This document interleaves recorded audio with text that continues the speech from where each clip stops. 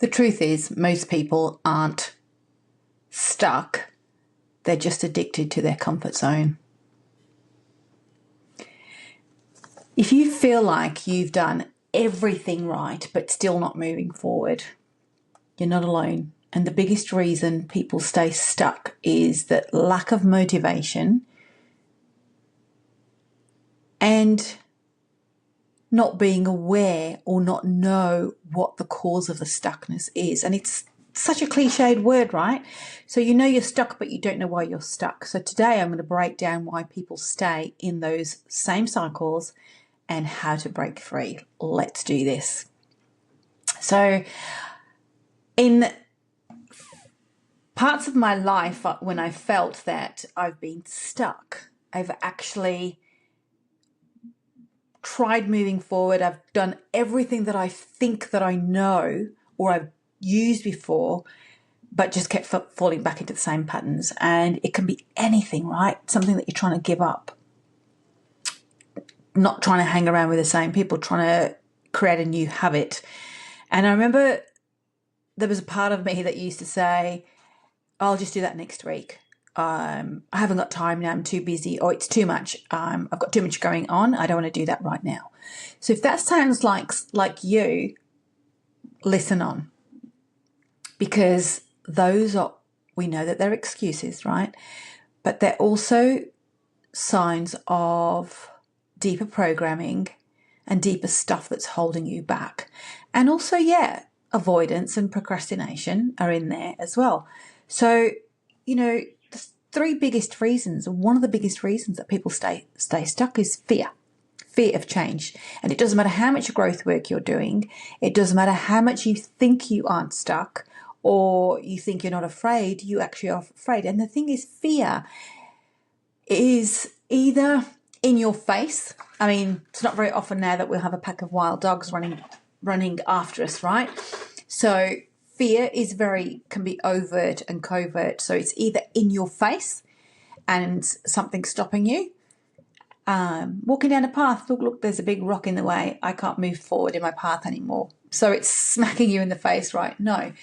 Most of the time, it's so deeply hidden within our human complexities, our mental programming, our mindset, our emotional, system. You don't even know, right?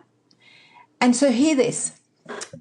There can be parts of you that you're avoiding to take the Band-Aid off and discover. So you might have an inkling, I'm avoiding something because I know it's going to take the Band-Aid off of a bigger problem. Yeah, we've all been there, right? And the brain loves things that are familiar. So the brain is going to want to keep you safe because it doesn't want the change, because change is unfamiliar. So change is scary because you don't know what's going to happen when you're changing. And it's a big thing that holds people back, right? I hear this a lot. So staying stuck is an actual thing. Avoiding, procrastinating are all parts of fear. And even things like, I know what I've got to do, but I'm not doing it. That's such a powerful one, right? I know that I need to go and do this, but it's a very thing that you're not doing. And procrastination is such a big one, and avoiding. So think about, you can't even think about when you're trying to change is what's on the other side, because you don't know what's on the other side, and that's why. So you go round and round and round. And so you trick yourselves into thinking that you're making progress when really you're just staying busy. And you've seen this. I call these people the paper shufflers, and I used to see them in my corporate work. It would be a person holding a piece of paper and a pen, and looking as if you're about to go to a meeting, but they would spend all the time just walking around. And I remember thinking, that's actually a thing. These are people who don't want to be at their desks, and they're faking that they're on their way to something, but they're not. And so recognize when you're doing the same. And I call them paper shufflers, right? So you're shuffling papers and looking important, but are you actually gaining and getting anywhere? No. So there comes a point where you've run so many circles around yourself that you just and it's laughable, right? Because you can see it's like having an out-of-body moment and you see yourself doing this. So fear of change. When you cut away and get rid of all the excuses, it's fear. And it's the fear of change, and it's resisting change. And I don't take this lightly, because fear of change often happens in a trauma response. And when you have been in survival for so long and you are surviving, not thriving, so all that programming and all of the things that the brain is doing to keep you safe. So it's like, oh my God, don't do that because you don't know what's going to happen next. You don't know what's going to happen when you do that. If you stop doing it this way, this might happen. And so you catastrophize what the results and possibilities might be. But the trauma response is so deeply ingrained and it's so wired that it just changes the way that you see the world and you feel and you think about yourself and think about the world. And so trauma responses are very real. And so if you're resisting change because of a trauma response, it's very different to a fear of change. So I want to make sure that if you're feeling that, and you might be thinking it's programming when it's not programming, it's actually much deeper than that. So the subconscious sabotage, again, that's a big one. So every time you get close to a breakthrough, you pull back. Or it's almost like, I remember this one for myself.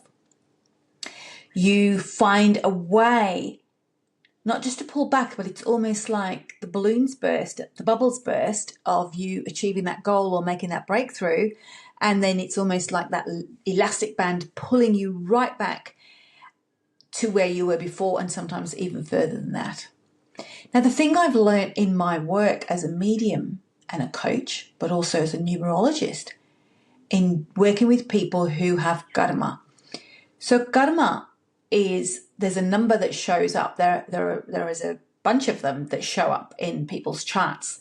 So in my numerology work, part of the work that I do is to look at the soul blueprint. And as we know, soul consciousness carries karma from past lives to deal with in this life. So and I say this to people when they have these karma, these numbers, these debts in their chart for this lifetime, is that if it's shown up in this lifetime, it means that you can work on it and break it in this lifetime.